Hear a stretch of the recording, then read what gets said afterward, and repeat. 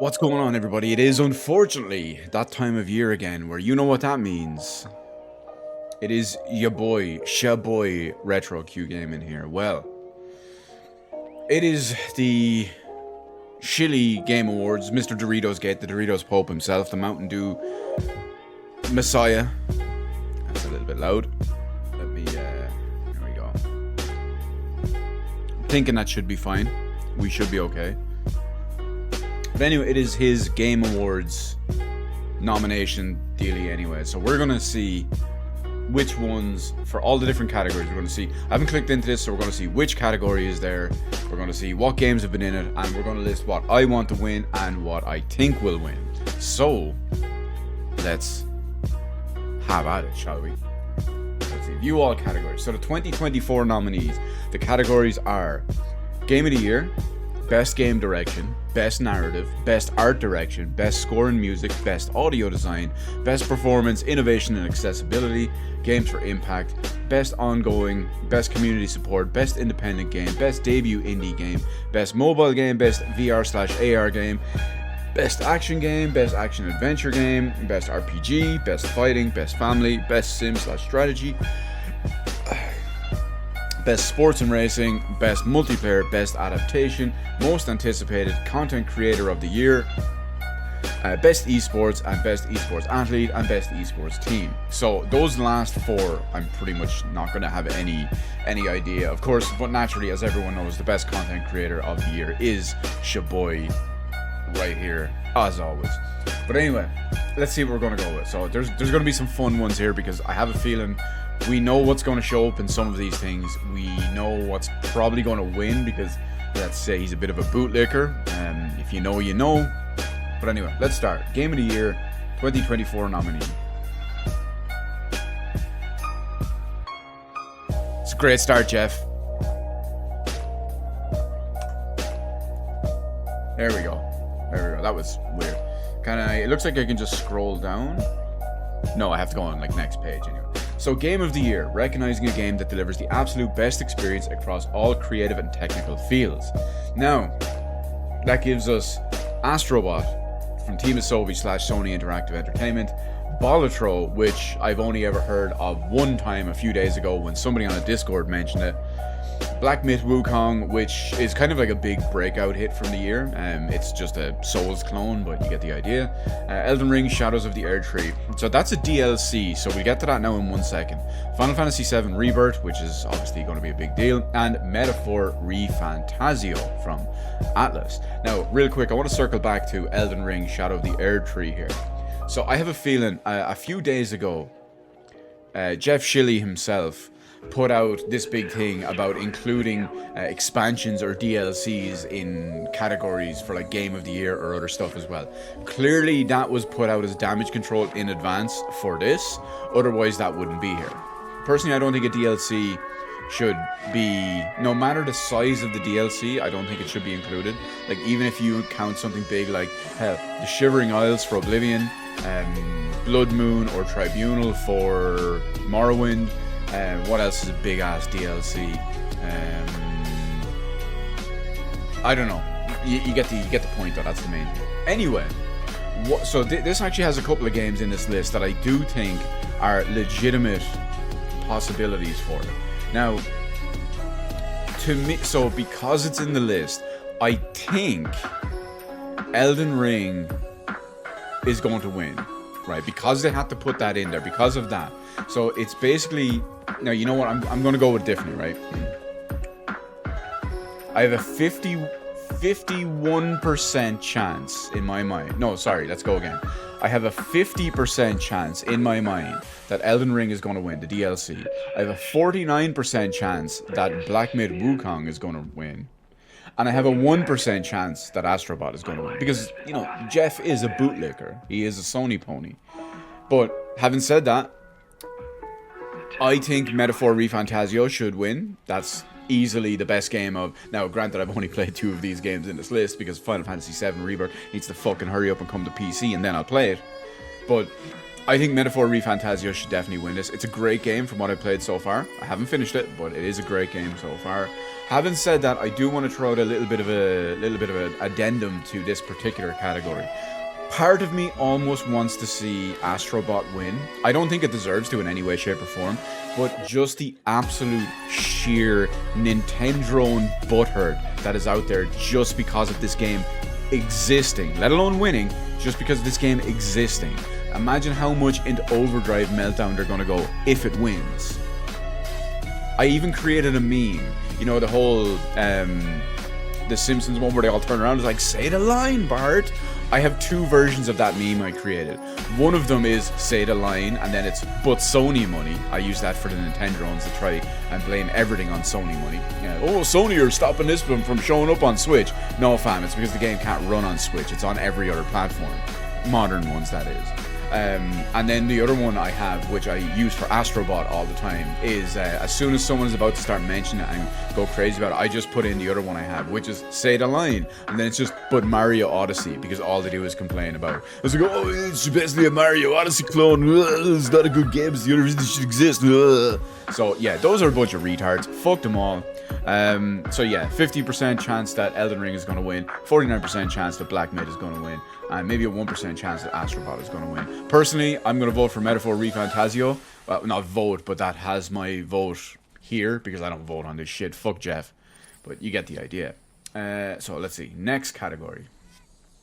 Best Game Direction. It's exactly the same thing. Awarded for outstanding creative vision and innovation in game direction and design. So, Black Myth is a Souls game. Elden Ring is a Souls game. They're basically the exact same game because of it. Astrobot is a platformer. Bolotro, I don't know anything about other than that it's got like some card and poker related stuff. Final Fantasy VII Rebirth would probably win this. In my mind, what game direction counts as, this should win it, because this is how they direct the whole thing, in the sense that, other than, you know, what they've created, all these are just like brand new and stuff. This one is how they've changed stuff, how they've done stuff, how they've redone stuff, how they've adjusted it, etc. as well. Whereas, you know, with Black Myth Wukong or even Elden Ring, hell, Astrobot is pretty basic in that regard, so I won't even count that. These games are, it's basically just hold forward, go to next area and fight enemy. So, you know, there's nothing crazy with that. But, yeah, there's a bit more adaptation and, you know, rejigging and stuff like that to Rebirth. I think Rebirth will probably win it. Metaphor would be my personal choice. Again, I've only played 2 games on this list, but Metaphor deserves it. It's a fantastic game, and, I mean, it's Atlas. Say no more. But, again, part of me does hope to see Astrobot win anything, just because those fucking clowns will lose their mind. Best Narrative. Why does this one only have 5 and the others have 4? Is there no Alan Wake 2? Did Alan Wake 2 not come out this year? I can't remember. So we got Final Fantasy VII Rebirth, Like a Dragon Infinite Wealth, Metaphor ReFantazio, Senua's Saga Hellblade 2, and Silent Hill 2. Now I'm gonna discount Silent Hill 2 from this.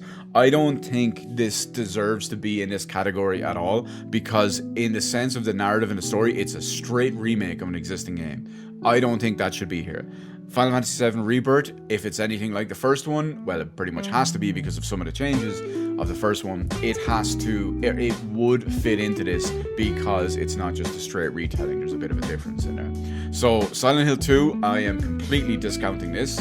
And that's from someone, remember, who considers Silent Hill 2 the original a masterpiece, one of, if not the best psychological horror game ever made, one of the best storytelling narrative games ever made, and it's one of my top 10 favorite games of all time, and it's the only non-RPG in that entire list. Bit of a spoiler there, everybody, but feel free to go check out the video. It's somewhere on the channel where you can see all of that stuff. But anyway, we have the narrative for Final Fantasy VII, which we've already covered. We have Like a Dragon Infinite Wealth. I don't know anything about that one in particular. Metaphor ReFantazio, Senua's Saga Hellblade 2, and fuck Silent Hill 2 from this list. So 4 games that we're counting with this one for. Personally, I would probably go with Metaphor again, mainly because it's the only game, excluding Silent Hill 2, that I've played that's on this list that I'm counting, at least anyway. But it's really good in that way. There's a lot of stuff going on for it. I don't 100% know. I don't know anything about the Like a Dragon Infinite Wealth story. I don't know anything about the Final Fantasy VII Rebirth and the changes because I'm waiting for it to come to PC. I do think, however, Senua's Saga Hellblade 2, because this game is what do they call it? Award bait. I do think that's going to win. So I'm voting for Metaphor, but I think Hellblade 2 will probably win. Best Art Direction. So we got Astrobot, Black Myth Wukong, Elden Ring, Metaphor, and Neva. Now, I don't really know Neva. I've only seen a couple of like clips and stuff like that from all the pre-release stuff over in the announcements, trailers over the years. I recognize the image here, so I know which game I'm looking at and all as well. Oh yeah, by the way, best art direction for outstanding creative and or technical achievement in artistic design and animation. So Astrobot, again, deserves none of this. It's just a very plain, standard, cutesy game. A couple of years ago, we had these games coming out all the time. We call them Skylanders games. And it's pretty much exactly that. Or any other random, I won't call them third party, but any other random just IP that was a 3D platformer. They all look pretty much the same. The graphics are polished in that regard, but it's nothing special anyway. Black Myth Wukong, I probably don't imagine should win this because, well, I guess they would probably capture the whole Asian setting that it's in and all that too. Elden Ring probably doesn't deserve it because it's just more of the same in that way. Metaphor, on the other hand, has a really, really good, almost unique art style. It's definitely unique out of everything in this list. Then again, so is Neva. But it's up there. If you know Persona 5, it's really stylish. The art direction is there. It's really out there. It's got some of the greatest menus ever, which like all Persona games and all do. So, you know, it's no surprise there. Personally, I'm going with Metaphor on this one, and I'm leaning towards Metaphor actually winning it. But if I'll go 51% Metaphor, 49% Black Myth Wukong. We got the best score and music. For outstanding music inclusive of score, original song, and or licensed soundtrack. We got Astrobot. Again, nothing special in there. If you've played Astrobot on or Astro's Playroom on the PS5 at the start, pretty much the only song you'll ever remember is the SSD meme, because it's such a joke. Final Fantasy VII Rebirth. Now, I don't know how this one is going to go, because the Final Fantasy VII Remake soundtrack was pretty garbage. There's only maybe like one good song, one or two good songs at least anyway, in the new one. And that was, I mean, I think it was Cosmo Canyon, which you only hear as Red 13's team in the first one. And what was the other one? Airbuster. Airbuster is like the big important one that everyone knows. But having said that, it's probably up there because of how people are going to go with the rest of it. But Metaphor, I haven't really found anything fancy or standoutish with Metaphor so far. It's all fairly on par and basic in that regard. Whereas you play Persona 5, it's in your face in a good way. Not like in your face, obnoxious kind of thing. Like how good and fitting and jazzy and funky and out there and different and unique the music is. Whereas Metaphor doesn't have that. You got Silent Hill 2. I will partially include this one in here because you got Yamaoka coming back and doing his thing. But the music in this one doesn't feel like it's as prominent and as important as it does in the original. A lot of times you can barely even hear it, and it's not in a good, like, ominous atmospheric way. It's not there. And then Stellar Blade, I don't know. Stellar Blade, it's a hack and slash 3D booba waifu game, so I don't know. But anyway, for me, I think because it's one of the only two that I've played, one of the only three that I've played actually, sorry, and it's the most original in a way of them all, I'm going to go with Metaphor. I don't really have any strong skin in the game in this one at all.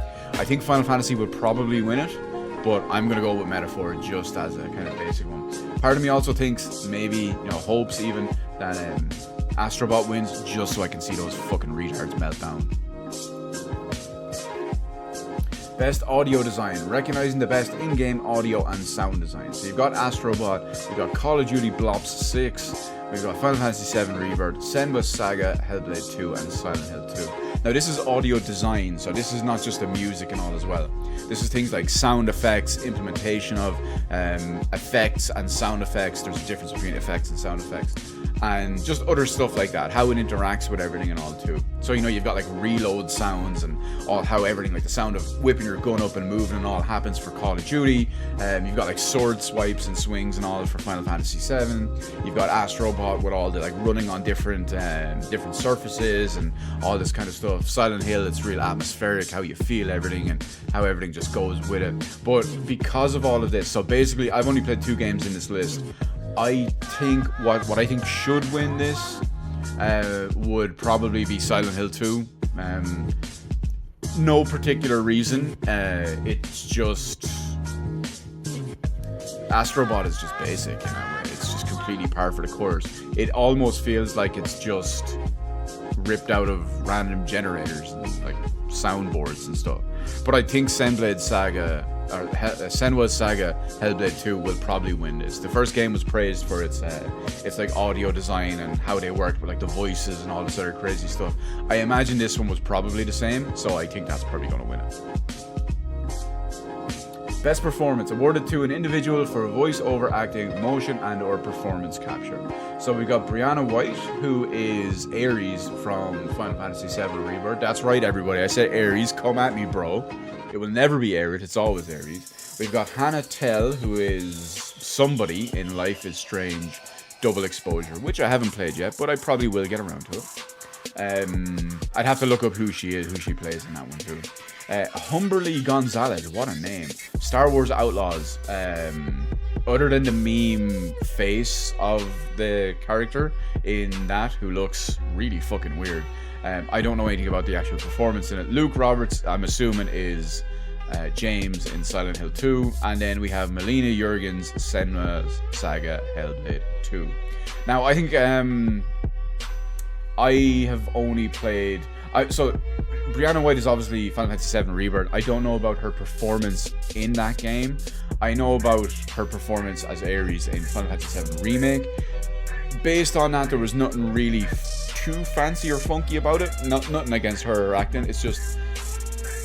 There was one or two little bits in there as well, like in 7 Remake, you're jumping across the rooftops as you first meet her, and then just out of nowhere, she's all prim and proper, and she slips. She's like, oh shit! It's one or two like random things like that. Nothing really jumped out at me in that. I didn't think she was bad. I didn't think she was good. She was just there in that way. I don't think Luke Roberts was any good as James. It just did not work for me at all. So that's going to be a no from me, dog. So I'm just going to flip a coin on this one. And just because it's really, truly the only game that I've actually played in this, I'm just going to give it to Luke Roberts because I have to, because I don't think I do that. So that's what I think should win it, because that's all I have. But I do think Melina Jurgens is probably going to win it, because the same thing happened before. Her performance as Senwa in Hellblade: Senua's Sacrifice was like critically acclaimed, so I expect her to get the same thing this time.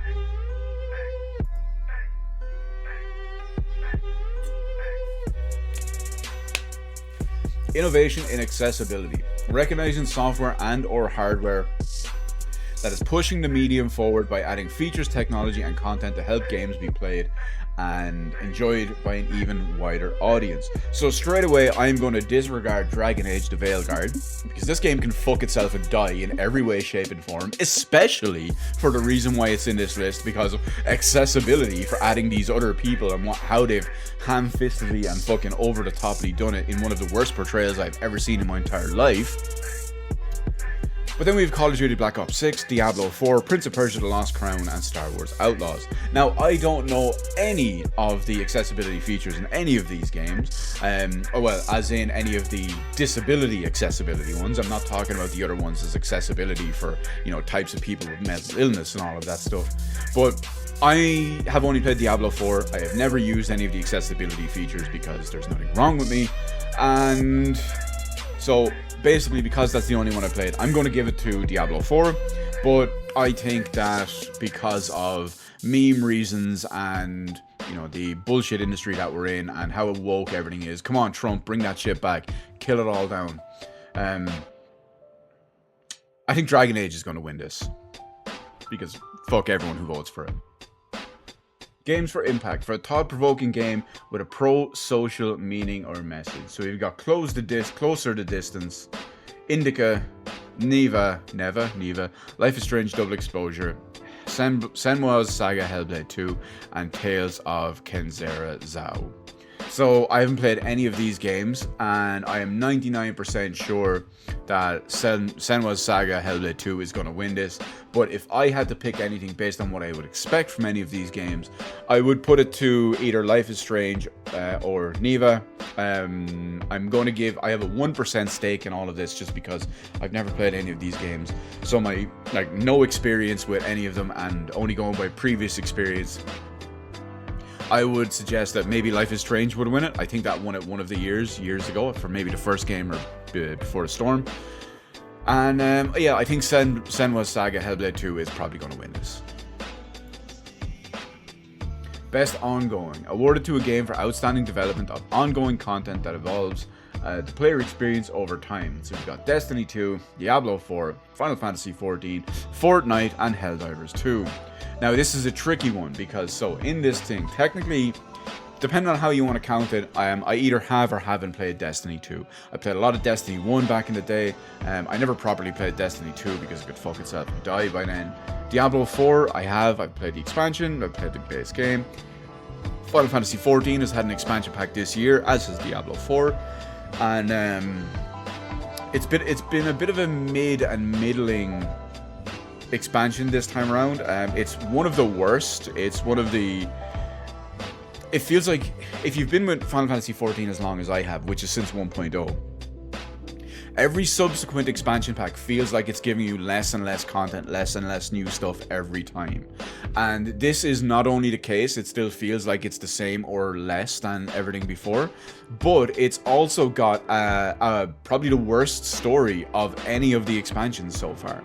And if you've played Shadowbringers, you know that to be worse than Shadowbringers, that's pretty bad. So being worse than Shadowbringers is bad. However, I will give it one thing. I will say one thing. I have an unbelievably special place in my heart for the new 24-man raid, Return to Vana'diel, or Vana'diel, what do you want to call it? That came out last week. That the amount of time I spent in Final Fantasy 11, that really tugs at my heartstrings in special ways. We've got Fortnite, which I can't really talk about. I've never played and never will. And we've got Helldivers 2. Now, Helldivers 2, of course, is a big flavor of the month game, or flavor of the year game, whatever you want to call it. It's probably year, I guess. So that's always been riding high with all the popularity and how all of that stuff gets there. One thing I didn't talk about actually was the expansion for Diablo 4. And I don't count seasons and all of this stuff. I completely ignore all of those. But Diablo 4 also had an expansion pack. It was extremely mid. In fact, it was sub-mid. I could not wait to get through it because it was just boring. And how they changed everything as well, with how the gear changed. Like right now, I'm playing on Torment 1 in Diablo 4. And because of how the gear changes, with not just the item level, but the new layout of the stats you can get, how many stats you can get, how many other buffs and all you can get, how many different skills and modifiers and all you can get. I'm level 60. The previous max level used to be 100, then they bumped it down to 50, and then they rejigged everything so that your old level 100 was now level 50, and then you could work your way up to level 60 and get item level stuff appropriate from 60. I am now playing on Torment 1 because I barely played the game once I finished the story, but I'm playing on Torment 1 and I'm still using my 100% gear that I went into the expansion from. My pre-level crunch level 100 gear, aka new level 50 gear. I'm still using that because that is still so overpowered that the gear I'm getting so far in Torment 1, because of the new stuff, is worse in that way. And because of that, That's a really bad thing to go with. So anyway, I'm going to give this one personally to Final Fantasy XIV, which is actually what I'm going to be playing right after I upload this video, or right after I finish recording this video, because I still have a couple of tomes to get before the reset tomorrow morning. So I'm going to give it to Final Fantasy XIV, but I think Helldivers 2 is going to win. Best community support, recognizing a game for outstanding community support, transparency and responsiveness, inclusive of social media activity and game updates and patches. So we've got Baldur's Gate 3. I don't know why that's on there. I don't know what's been like responsiveness and support and transparency shows from social media. I know it has some fairly significant game updates and patches, so I guess that could count. Final Fantasy XIV is the same idea. Not much going on there other than the fact of game updates and patches, because it had 7.0 for the expansion pack and then 7.1 recently as well. So there's that. Fortnite is getting updated all the time. Helldivers 2, that has its own community. Who's the guy, the game master they say they have in charge? Is it Geoff or something like that, or Greg or whatever? But I know they have him. There's constant new updates and stuff changing and all as well. No Man's Sky only got one big update this year that I'm aware of, which is a fairly recent one. Apparently it's doing popular, but it's not as big as some of the other ones that they've done before. Personally, again, I'm going to give this to Final Fantasy XIV, but I think Helldivers 2 is probably going to win it. Best independent game. For outstanding creative and technical achievement in a game made outside the traditional publisher system. So we have Animal Well, Bolotro, Lorelei and the Laser Eyes, Neva, and UFO 15. UFO 15. So, did I say UFO 15? That's UFO 50, anyway. So, I don't know anything about any of these games, but just for the sake of it, because of the look and all of the game, I think that Neva is going to win this. I'd have to flip a coin, so I'm just going to go... my finger landed on Balataro, so maybe that would win. I don't know. Best debut indie game. For the best debut game created by a new independent studio. So we've got Animal Well, Balatro, Manor Lords, Pacific Drive, and The Plucky Squire. So again, other than Balatro, I've never heard of any of these games, and I only heard of Balatro a week ago because of some other thing. I'm just going to be a little bit different, a little bit odd on this one, and I'm going to give it to Manor Lords. Not me personally, but I expect Manor Lords to win. Best mobile game. For the best game playable on a mobile device, we have AFK Journey. What? AFK? I don't even know. Balatro, Pokemon Trading Card Pocket. I think that just came out very, very recently. We got Wuthering Waves. You know, I'd almost get try out Pokemon Trading Card Game Pocket, because I was a big fan of the original back in the day, but I'm sure it's gone crazy. Hell, I have videos on the channel of all my card stuff and all too. And then Zenless Zone Zero, which I actually didn't know was a mobile game. So just for the sake of it, because of what it is, I'm gonna go with Pokemon Trading Card Game. Not my own personal choice, but I expect that to win. Best AR/VR game. For the best game experience playable in virtual or augmented reality, irrespective of the platform. You got the Arizona Sunshine remake, Asgard's Wrath 2, Batman Arkham Shadow, Metal, Hellsinger VR, and Metro Awakening. I know Metro just launched fairly recently, as did Batman, but Metro I think is just out. I don't know anything about any of them. I do want to get Metro Awakening soon, or eventually. I don't really care about any of the other four, even though one of them is Batman. However, given all the talk and stuff I've seen, I do expect Batman to win this. I can't give my own one, but I think Batman will probably win it. You know what, based on how the Batman VR games and stuff have gone in the past, and how Metro in general has gone, I'm personally voting for Metro on that one now that I think about it. Even though I haven't played it, but the fact that I want to play it, and I don't want to play the other one, is why it appeals to me in that way. Best action game. For the best game in the action genre focused primarily on combat. You got Black Myth Wukong, Call of Duty Black Ops 6, Helldivers 2, Stellar Blade, and Warhammer 40k Space Marine 2. Now this is an interesting one, because 4 of these games have a very real possibility winning in my eyes, even though I've played none of them. But to me, and like, you know, what I see in the industry and what I see just going around and, you know, the community and all as well, I don't think Black Ops is going to win this at all. Not only because I just don't think it deserves it, most likely. It's also a Microsoft game, and, you know, Geoff is a notorious bootlicker. So what do we have left with him? We got Black Myth Wukong, which kind of blew up in, you know, multi-million sales on PC and PlayStation. Helldivers 2, which we've already covered. Stellar Blade is a Coomer Gooner game.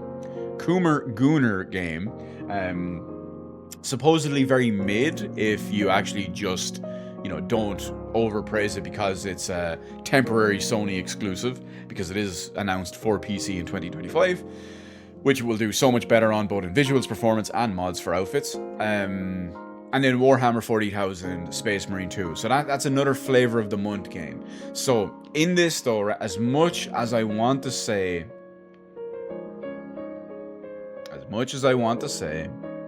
that Stellar Blade is definitely out, that's not going to win. We have Helldivers 2, which is also definitely out in my book. I'm going to go with, from what I've seen, I personally think that Space Marine 2 should win this, but I think there's a very real possibility that Black Myth Wukong will come in just number 1, with maybe like a 60-40% split, or maybe 70-30, with the lower portion being Warhammer Space Marine 2.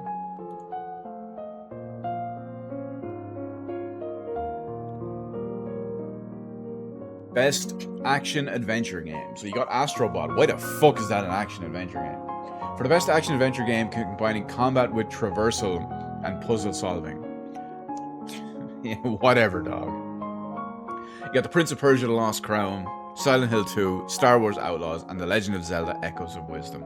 So realistically, I think the only thing that should, not just because it's one of the only 2 that I played in here, but I think out of the description there, Silent Hill 2 is the biggest deserving winner in here.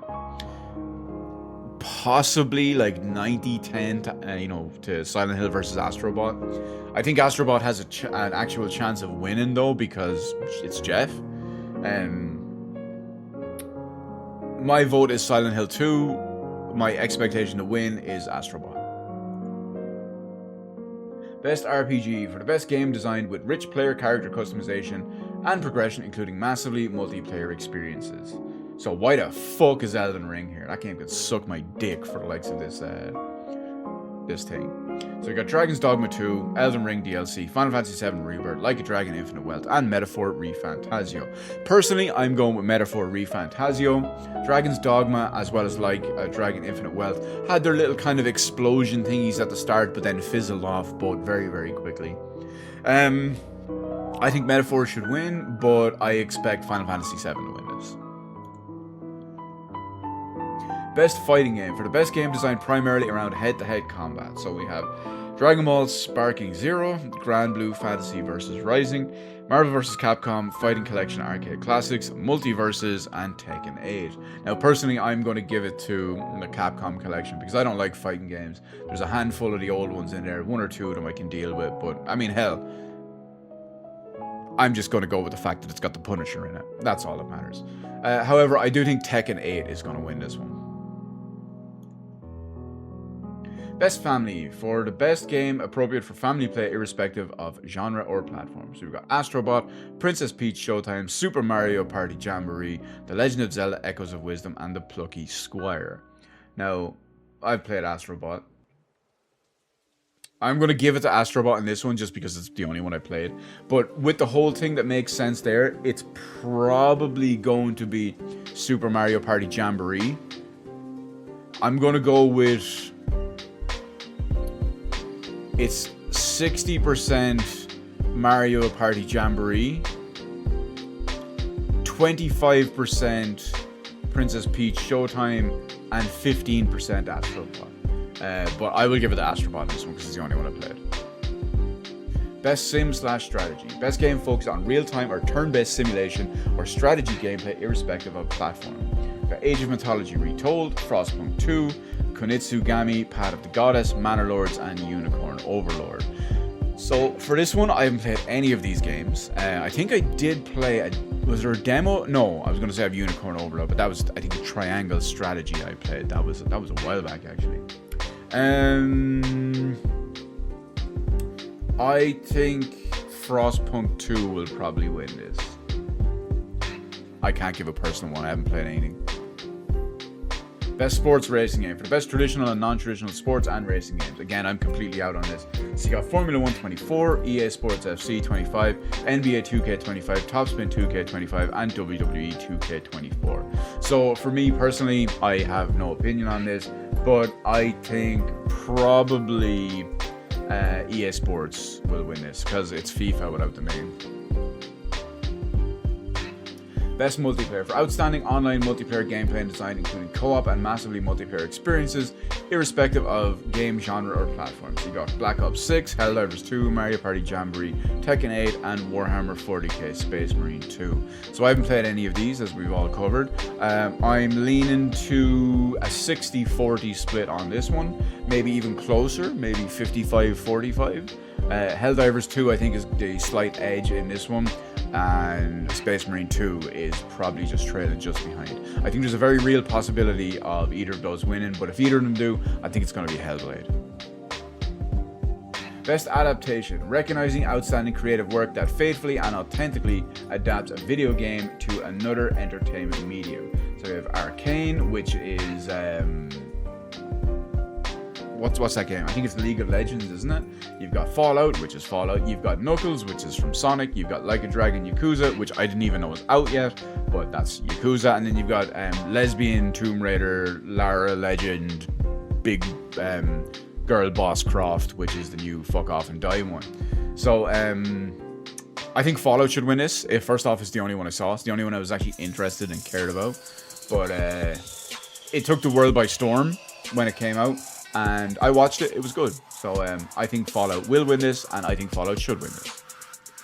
Most anticipated game. Recognizing an announced game that has demonstrably illustrated potential to push the gaming medium forward. Remember, the key on this one, right? The key on this one is just not for an anticipated game. It's demonstrably illustrated potential to push the gaming medium forward. None of these do that. Especially not Ghosts of Yotei and Metroid Prime 4. Especially those two games. Death Stranding 2 on the beach can fuck off and die. First off, that's probably going to win this because Geoff, blows Kojima all day, every day. What do I think should win this? Monster Hunter Wilds. What? No, you know what? What do I think? So I have no skin in the game on this one, really. Or at least for what I think should win. Unfortunately, for better or worse, with how everything has evolved over the last 11 years since its launch and the next 1 year launch to this, I think GTA should probably win this, unfortunately, because of the damage that it's done by pushing everything forward in a gaming medium. GTA 6. Personally, I think I will vote for Monster Hunter Wilds. I think this should win, but I think Death Stranding will win because fuck you, Geoff. Content Creator of the Year. For a streamer or content creator who's made an important and positive impact on the community in 2024. You've got is it Casio, Ilo Juan, Techo Gamers, Typical Gamer, Usada Picora. Why do VTubers exist, lads? That's the only. I think I've only ever seen 2 examples of VTubers in existence, in clips, that I just haven't cringed and wanted to die on. One of them was, there was a VTuber playing Doom Eternal, and Jeff Gordon, Mike Gordon, came into the chat, and he was he's the composer for the game, and he was looking what the fuck is going on? What is this? It was really funny. The other is a bunch of Japanese VTubers who don't speak English, imitating Lamar while doing his let's call it melodical use of the N-word, at the end of the, you know, maybe if you get they do some other yee ass haircut, you get some bitches on your dick. Or, you know, maybe she start fucking around with your dog ass instead of fucking around with that lawyer or, you know, doctor she fucking with. That one. And there's a bunch of them melodically replaying that, which is actually pretty funny. You know, despite the whole racism part of it, if you want, but I don't count it as that. It doesn't really seem racist in that way to me. But anyway, I have no skin in the game. Content Creator of the Year, fucking this guy, lads, right here. Best esports game. For the game that has delivered the best overall esports experience, imagine even considering that fucking sentence, of players inclusive of tournaments, community support, and content updates, irrespective of genre or platform. Counter-Strike 2, Dota 2, League of Legends, Mobile Legends, I thought that said Mobile Legends Gangbang for a second, and Valorant. So I haven't heard of any of these games in, like, current year. So, I mean, obviously we've all heard of Valorant, we've all heard of League of Legends, we've all heard of Dota 2, we've all heard of Counter-Strike 2. I've never heard of this Bang Bang game. You know, she shot me down, whatever it is. But, yeah, I haven't heard of anything. Now, granted, I'm not in esports, I don't hear about that stuff. But usually you peripherally hear about something big happening somewhere. None of these have done that. I'm going to go out on a limb and just say Valorant. Best esports athlete. That's not even a fucking thing that should exist. Neither should esports team. Okay. Well, that's it, everybody. That is apparently the whole thing. There's different voting rounds and all as well, but we don't, you know, bother with any of that stuff, so fuck them all. That's all I'd say. That's going to be it, everybody, for all of this. Let me know in the comment section below if you agree with some of my selections, if you disagree, if you think what should win, what you want to win, etc. on there as well. But I did want to use a bunch of my my other sound effects and all, and I never got a chance to. But I'll just throw this one out because a lot of this segment in general, the whole Geoff Shilly Doritosgate Awards anyway, all it really deserves is -5 stars. Hopefully that played loud enough. But anyway, that is it, everybody. We are Audi 5000. Let me know. Who knows when I'll upload another video. I do have one more planned for this year at some point. But anyway, we out.